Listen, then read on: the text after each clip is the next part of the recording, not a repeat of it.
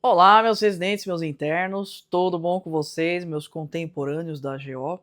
Bem-vindos ao nosso novo canal, Obstetrícia das Ruas.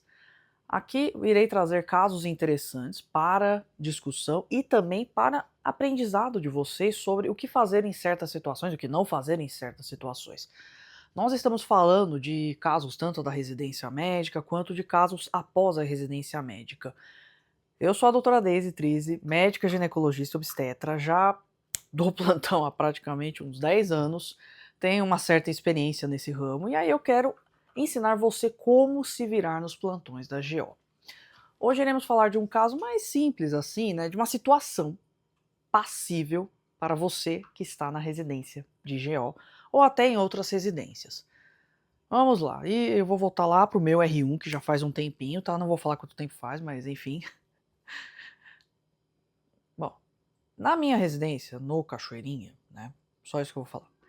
Eu estava em abril do R1, ou seja, no segundo mês de residência, e pensa assim, numa pessoa medrosa de tudo, insegura, que tinha medo de liberar paciente, tinha medo de pedir exame, tinha medo, né? Aquele medo básico que vocês têm.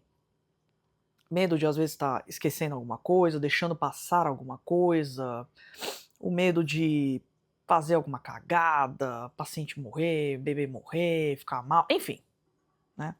Todos esses medos que vêm à nossa cabeça. Vamos dizer que eles são mais comuns no começo de tudo, né, quando você ainda está pegando o jeitão das coisas, e no passar dos anos ele vai diminuindo. Ainda existe? Ainda existe, tá? Mas é menos, tá bom? E a situação que eu quero trazer para vocês foi a seguinte. Quando eu era residente, nós éramos o número de vagas eram 20 vagas, né? Hoje já diminuiu, tá em 15 agora, né? Porque era um serviço muito grande, tinha muita demanda, muita coisa para fazer.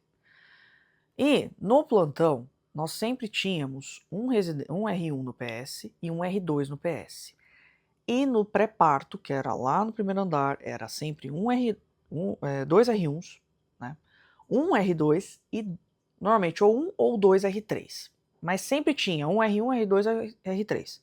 E no PS tinha R2 e R1. Os meus R2, eles eram menos, né? Ao invés de eles estarem em 20 ou 18, que nem eu, eles estavam em 13. Então, por uma questão de carga horária e tudo, que, né, isso eu vou comentar em outro episódio, eles acabaram fazendo um acordo com a Coreme, de que eles teriam menos plantões no CO, no PS, desculpa, no pronto-socorro. E aí, no final de semana, não teria R2 no pronto-socorro, né? E eu não sei se eles avisaram isso para os chefes do pronto-socorro, não sei, não me interessa.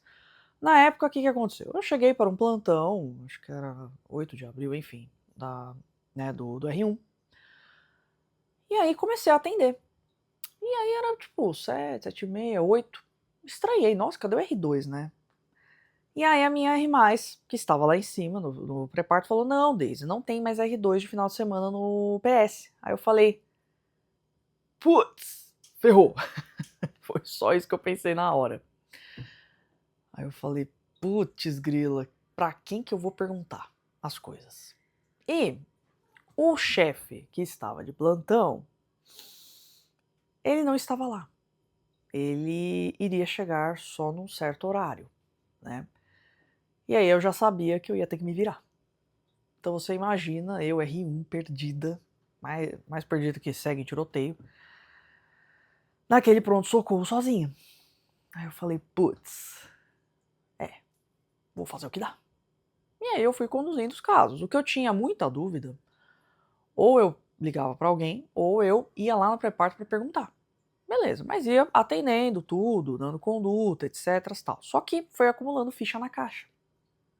Porque, como eu falei, a demanda desses hospitais, né, somente os públicos, é enorme, entendeu? Tem muita gente para atender, seja qual dia que for, né, seja o que for. Porque às vezes não estamos falando apenas de queixas de urgência e emergência, às vezes é queixa ambulatorial, né, mas, bom, isso é outro assunto para outro episódio.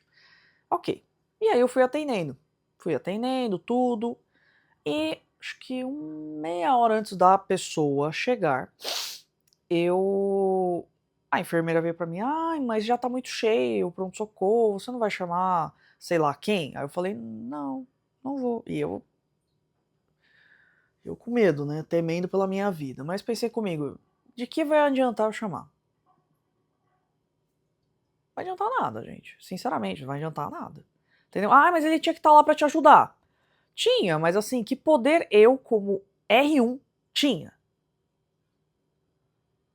Não, sério, coloquem a mão na consciência de vocês. Que poder que o R1 tem? Entendeu? Ele tá na base da cadeia alimentar, vamos dizer assim. Porque é uma coisa que existe desde a faculdade, ou deveria existir, chama-se hierarquia. A hierarquia ela diz o seguinte: quem está, primeiro ano, tá na base da cadeia. Aí sobe o segundo ano, veterano, terceiro, quarto, quinto, sexto. Aí sexto é nossa, popular. Enfim. Na residência é basicamente a mesma coisa. O R1 faz as coisas mais chatas, o R1 trabalha mais, porque ele tem que também aprender mais, né? E a carga horária já era muito grande e tudo. O R2, ele tá ali no meio, né? Porque a ginecologia e obstetrícia são 3 anos, né? Então o R1 tá começando, aí não sabe fazer nada, tá pegando mão, então ele tem que muito volume para aprender. O R2 já aumenta um pouco o nível de complexidade. Pelo menos na minha residência era assim. Eu tinha muito isso de, o R1 ele fazia alguns procedimentos, o R2 fazia outros e o R3 outros. Se raramente o R2 não estivesse disponível, aí, ou o R3, né, às vezes só tinha o R1, aí o R1 fazia, mas, enfim, então assim, tem essa questão da hierarquia, e acima do R3 está o chefe, o plantonista, entendeu? Porque querendo ou não, ele já passou por tudo isso, ele já fez tudo isso, ele sabe de tudo isso, entendeu? Claro que, coisa que vocês vão perceber, e isso existe, vai continuar existindo para sempre, existem tipos e tipos de pessoas. Tem tipos de pessoas que nós queremos seguir, que nós achamos legal, interessante, que é o exemplo, pessoa que estuda, que sabe o que está fazendo, né, que sabe tratar os pacientes, não só a questão médica, mas a questão até cordialidade, enfim. Então tem muito disso. Vocês vão perceber isso na residência, que vão ter pessoas, até no internato, vão ter pessoas que vocês vão olhar, né, que estão acima de vocês, vocês vão ficar, nossa, realmente, essa pessoa sabe o que tá fazendo, pô, é legal o que ela tá fazendo, o jeito que ela tá agindo, ela estuda, ela aplica, ela se esforça, ela faz o melhor pela paciente, tudo. E tem outras pessoas que não, que vão fazer as maiores barbaridades que vocês já viram, tá? Mas iremos falar disso nos próximos episódios. Esse só é um episódio introdutório. Então, voltando à situação. Eu estava lá sozinho no pronto-socorro, abri o do R1, mais perdido que tudo, tentando dar conta do pronto-socorro. Eu não tinha ritmo, não tinha o ritmo que eu tenho hoje. E aí pensei, eu vou no meu ritmo. Porque o pronto-socorro é igual enxugar gelo, entendeu? Uma hora alguém vai aparecer. Porque eu não vou atrás dessa pessoa, porque eu não estou afim de represália.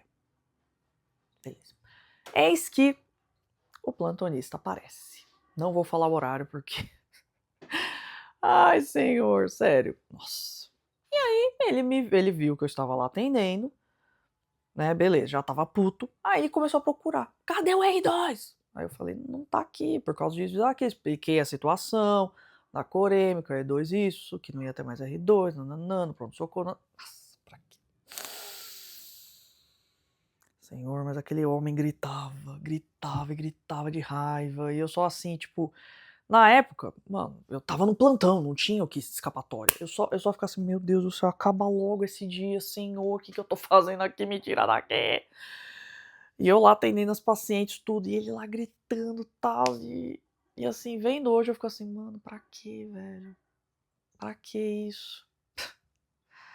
Ai, sério, viu? Uma atitude tão desnecessária. Beleza, eu entendo que você tá nervosinho, tudo, mas assim, eu não tenho nada a ver com isso, querido. Eu tô tão de plantão quanto você, entendeu? Beleza. Aí ele deu o surto dele, né? Continuei atendendo tudo, mas sabe. Então, gente, essas situações vão acontecer. E como você é R1, ou às vezes estamos falando de interno, mas mais R1, às vezes vai sobrar pra você. Às vezes não é sua culpa.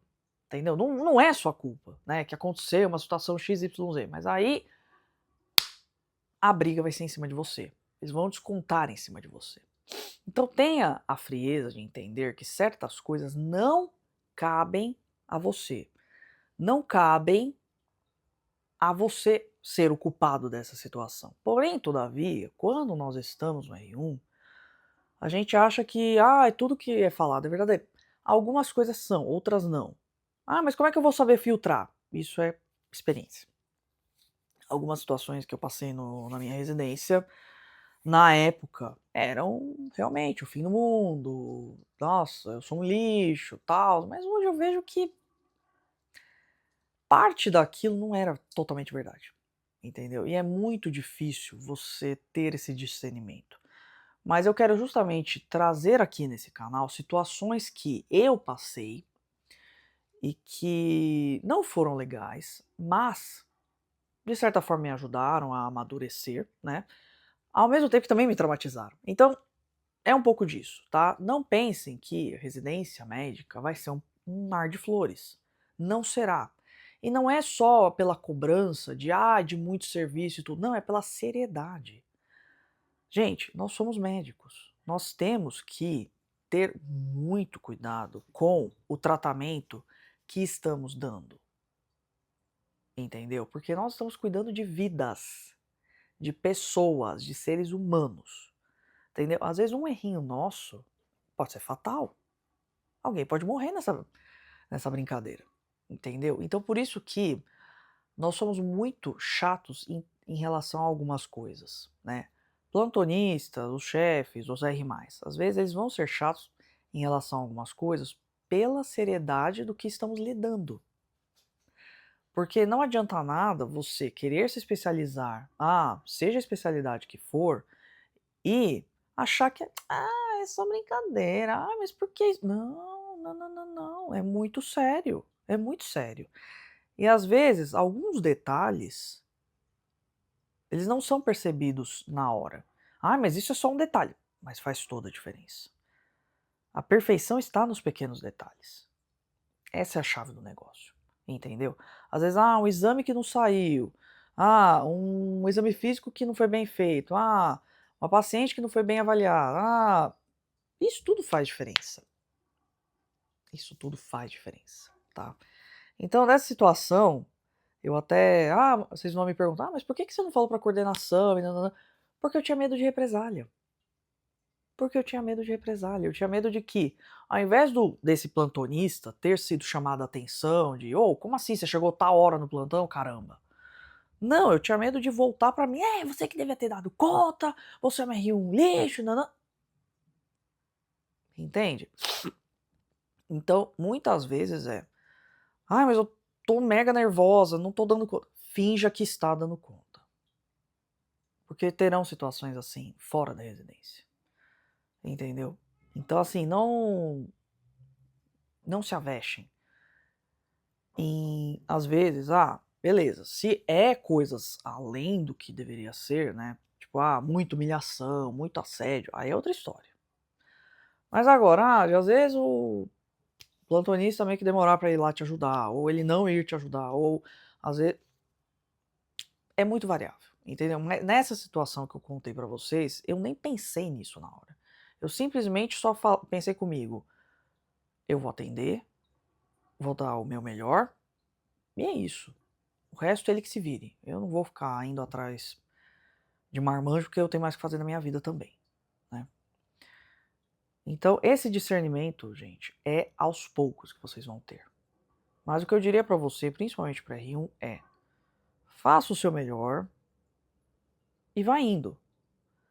Entendeu? Não se desespere, por mais desesperadora que a situação seja. Não se desespere, tá bom?